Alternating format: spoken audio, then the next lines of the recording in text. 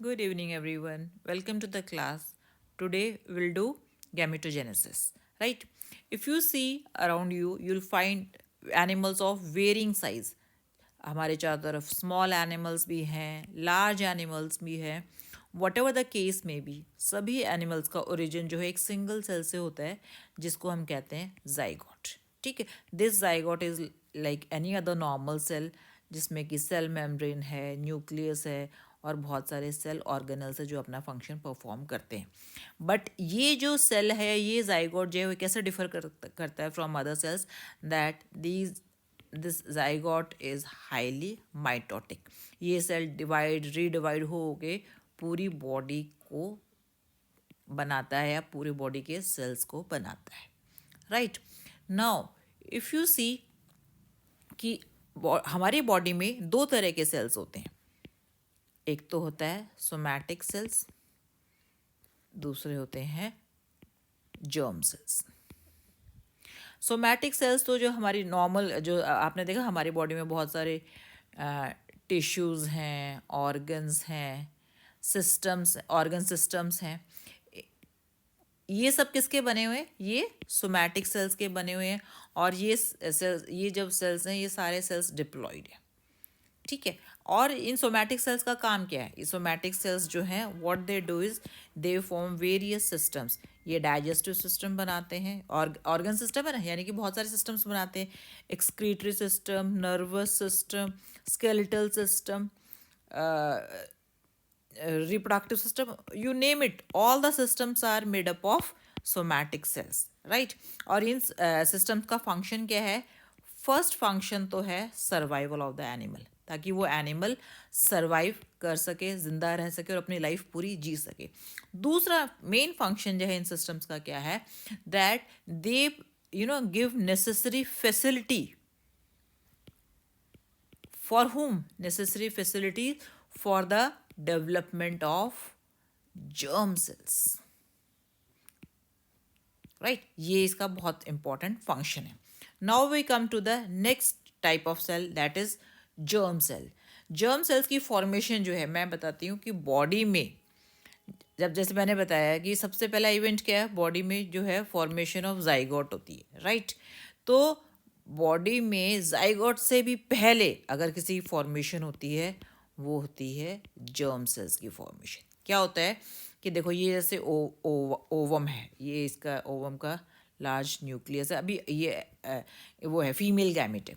तो यहाँ पे एक स्पेशलाइज्ड एरिया होता है, साइटोप्लाज्म होता है. एरिया ऑफ साइटोप्लाज्म के अंदर एक specialised area you can say, जिसको कहते हैं जर्म प्लाज्म. ठीक है. अब इस ओवम का फर्टिलाइजेशन हुआ और ये जो हैप्लॉइड न्यूक्लियस है डिप्लॉइड न्यूक्लियस बन गया. राइट. और अब हमने इसको क्या बोल दिया? जाइगोट बन गया. राइट. अब जब क्लीवेज होगा इस जाइगोट का, जैसे one cell stage, two cell stage, फिर मल्टीपल सेल, तो थोड़े दिन के आफ्टर फ्यू डिविजन्स, ये वन सेल जाइगोट जो है multi cellular body known as blastula form करेगा, या एक मल्टी सेलुलर बॉडी बनाएगा. तो जहाँ जहाँ पर ये एरिया, कौन सा? जर्म प्लाज्म का एरिया, जिस भी सेल में डिवाइड हुआ जिस भी सेल का पार्ट बना, आई वुड से, जैसे यहाँ पर इस जर्म प्लाज्म वाले एरिया में जो भी सेल्स बने आफ्टर क्लीवेज, वो क्या बनाते हैं? वो बनाते हैं प्राइमोर्डियल जर्म सेल्स. राइट. यानी कि क्लीवेज के इमिडिएटली जाइगोट का germ plasm area after fertilization क्या बनाता है? क्लीवेज के दौरान प्राइमोर्डियल जर्म सेल्स बनाता है. और ये जर्म सेल्स क्या करते हैं? ये माइग्रेट करते हैं कहाँ पर? डेवलपिंग गोनाड में. अभी बॉडी में का डेवलपमेंट हो रहा है, बॉडी में गोनाड्स डेवलप कर रही हैं, तो ये डेवलपिंग गोनाड्स में माइग्रेट करते हैं. और वहाँ पर इन जर्म सेल्स का फिर से कंटिन्यूसली डिवीजन हो रहा है. और इस जर्म सेल के डिवीजन के साथ साथ जैसे जैसे इनका नंबर इंक्रीज करता है, ये गोनैड का डेवलपमेंट भी इंक्रीज करते हैं. राइट. तो अब आप देखो, ये जो अब मैंने बताया कि जर्म सेल्स जो हैं जब माइग्रेट करते हैं गोनैड्स के अंदर, तब हम इनको एक और नाम दे देते हैं which we call as stem cells. ठीक है, अब गोनैड्स के अंदर स्टेम सेल्स हैं। स्टेम सेल्स का डेवलपमेंट बिना सोमैटिक सेल्स के नहीं होता। यहाँ पर भी सोमैटिक सेल्स स्टेम सेल्स को ग्रो करने में हेल्प करते हैं। अगर वो मेल गोनैड है तो वहाँ पर हम उन सोमैटिक सेल्स का नाम दे देते हैं सर्टोली सेल्स। अगर फीमेल है तो इन सोमैटिक सेल्स का नाम है फॉलिकल सेल्स, जो कि स्टेम सेल्स को ग्रो करने में हेल्प करते हैं। आगे सर में हेल्प इन द सेंस किस तरह की हेल्प करते हैं सर्टोली सेल्स और follicle sales?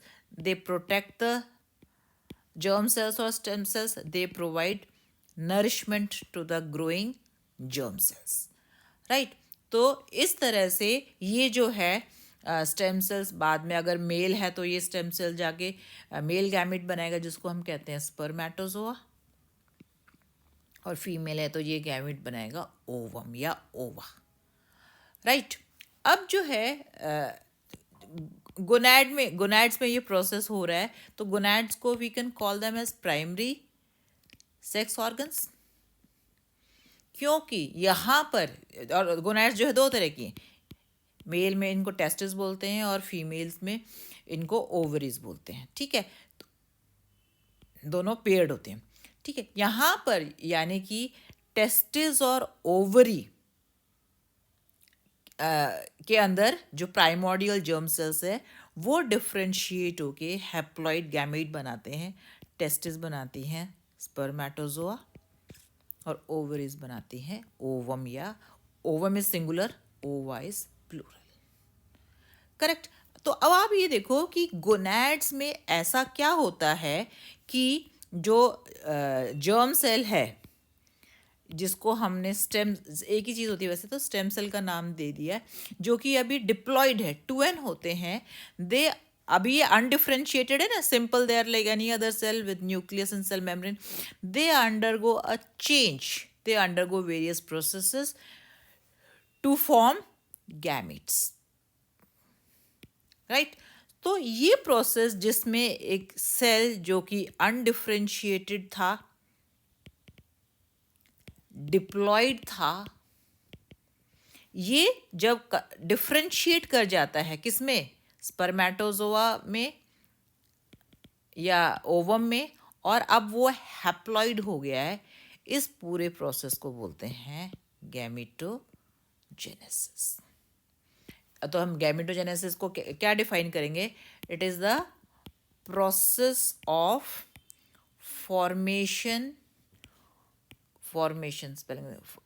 formation of haploid gametes from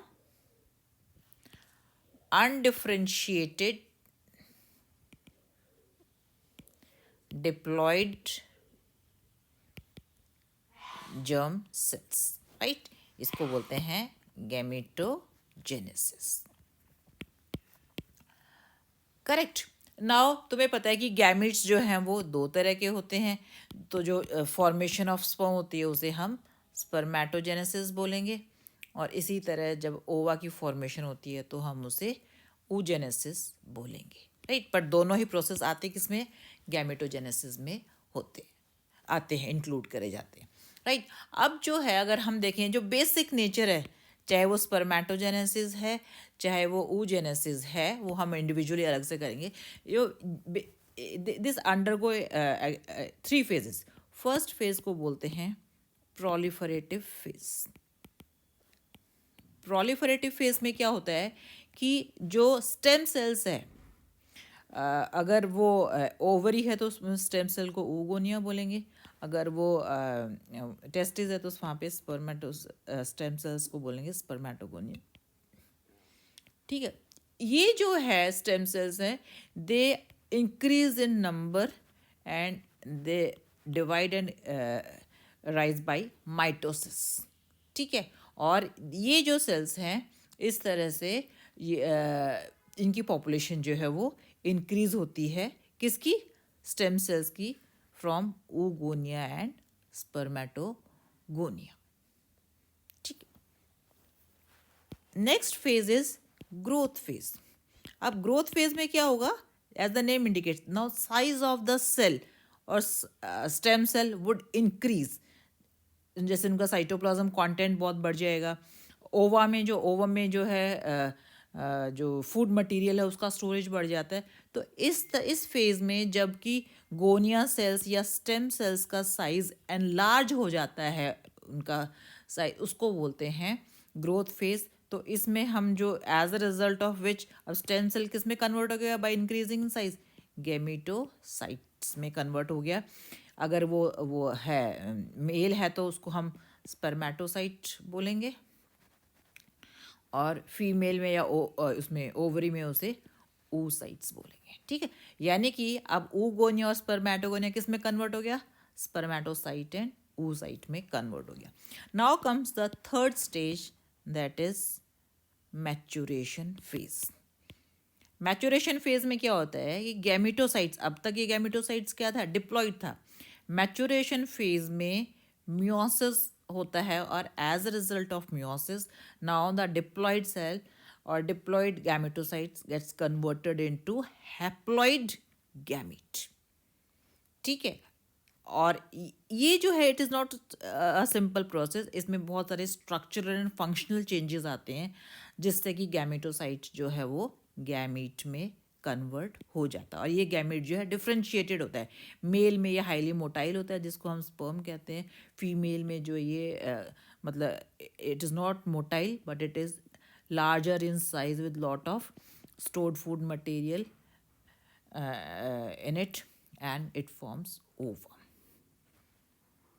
correct. तो ये एक तरह से ब्रीफ इंट्रोडक्शन था गैमेटोजेनेसिस का. होप आपको समझ में आ गया होगा. This is all for this class. Thank you very much.